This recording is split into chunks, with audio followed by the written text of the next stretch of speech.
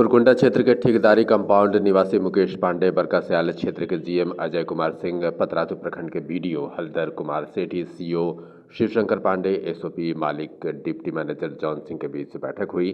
3 घंटे तक चली इस बैठक में सारे पहलुओं पर विचार करते हुए जीएम ने कहा कि यह मामला 1997 का है, लगभग 25 वर्ष हो चुके हैं। इस मामले को गंभीरता से लेते हुए हमें 3 महीनों का समय दीजिए। जितना हो सकेगा हम अपने स्तर से सीसीएल के रूल नियम के तहत जो भी लाभ होगा हम दिलाने की कोशिश करेंगे। बैठक के माध्यम से 15 दिसंबर की तारीख को मुकेश पांडे जो आत्मदाह करने वाले थे उनको स्थगित करने और 3 माह के लिए समय देने का निर्णय हुआ। उन्हें लिखित तौर पर भी सभी ने आग्रह किया कि आप अपने आत्मदाह का निर्णय बदल दें। यह समाज एवं कानून के नज़रिए से भी ठीक नहीं है। यह मामला काफ़ी पुराना हो चुका है, इस वजह से दस्तावेज को ढूंढने में काफ़ी दिक्कत हो रही है।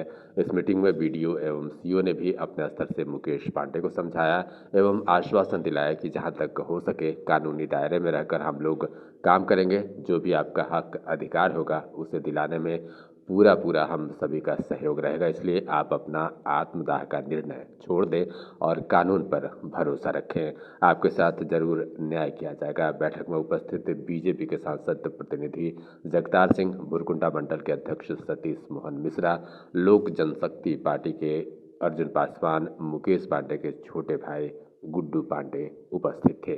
पतरातू से जयकिशन पाठक की रिपोर्ट।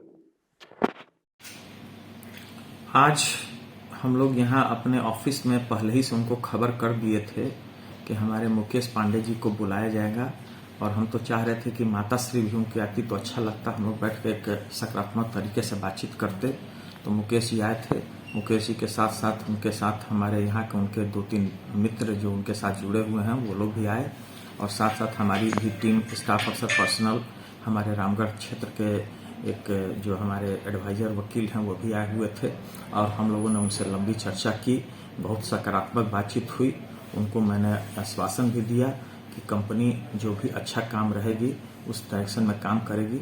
3 महीना का हम लोग को कम से कम 3 महीना का समय दिया जाए ताकि हम लोग इस पर आगे, चूँकि केस बहुत पुराना है, 97 का केस है, ऑलरेडी करीब 25 साल बीत चुका है, तो इस पर हम भी अपने कंपनी की तरफ से डिसीजन लेने में अभी असमर्थ है। इसलिए हमने 3 महीना का समय लिया है कि इस पर हम लोग कुछ सकारात्मक आगे की कार्रवाई करेंगे और उनको हम लोगों ने काफ़ी कन्विंस किया, वो कन्विंस भी हुए।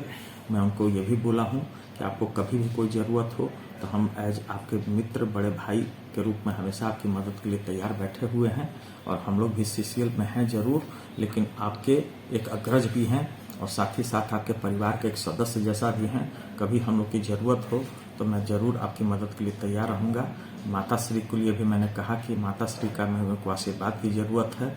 मैं आकर एक दिन उनसे माता श्री से भी आशीर्वाद लूँगा ताकि हम लोग एक पारिवारिक बंधन को और मजबूत रख सकें और आपस में एक दूसरे को सहयोग दे सकें।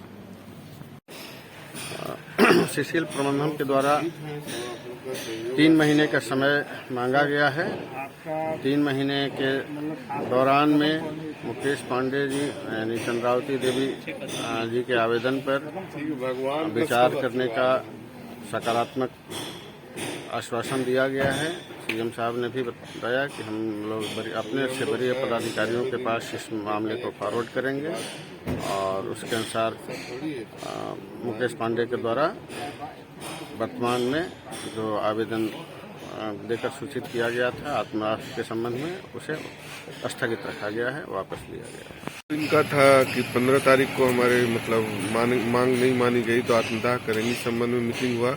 और चूंकि मामला पुराना था, जैसा जीएम साहब ने बताया कि 97 का मामला है और 25 साल हो गया, तो ये एक यूनिक मामला है, तो इसको नए तरीके से हल किया जाएगा। इसको पुटअप किया जाएगा अपने ऊपरी क्वार्टर में, इनके जो सीसीएल का है, और बताया गया कि 90 दिन तक हमको समय दिया जाए। इस पर हम सकारात्मक बात करेंगे और हर एक बात पे मुकेश पांडे जी ने भी सहमति जताई।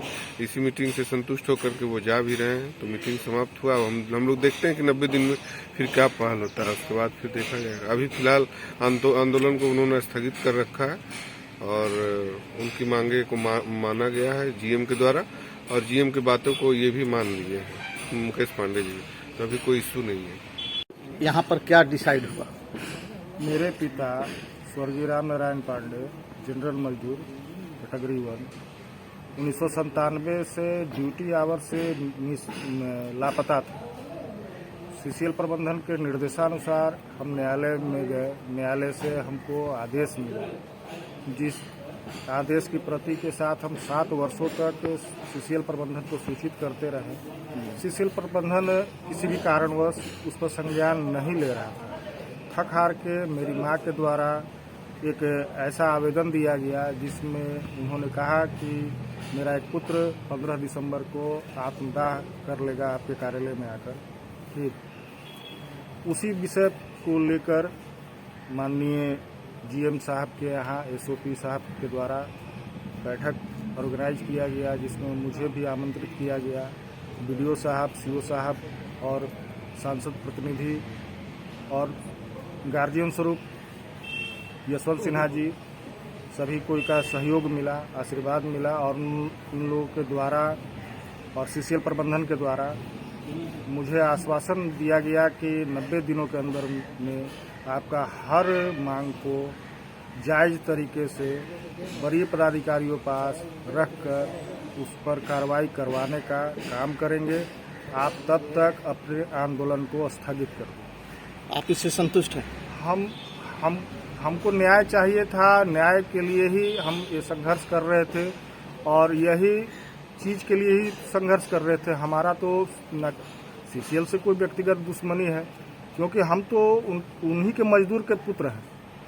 हम कभी भी सीसीएल प्रबंधन के विरुद्ध जाएंगे नहीं, लेकिन सीसीएल प्रबंधन ही हमको भूल गया था। आज सीसीएल प्रबंधन जो आश्वासन दिया है 90 दिनों के अंदर में आपके हर दुख को दूर किया जाएगा, इसके लिए हम प्रयासरत हो रहे हैं आज से। यही चीज़ अगर हमको पहले हो जाता तो मेरी माँ इतना दर्द भरा बात सार्वजनिक नहीं करती।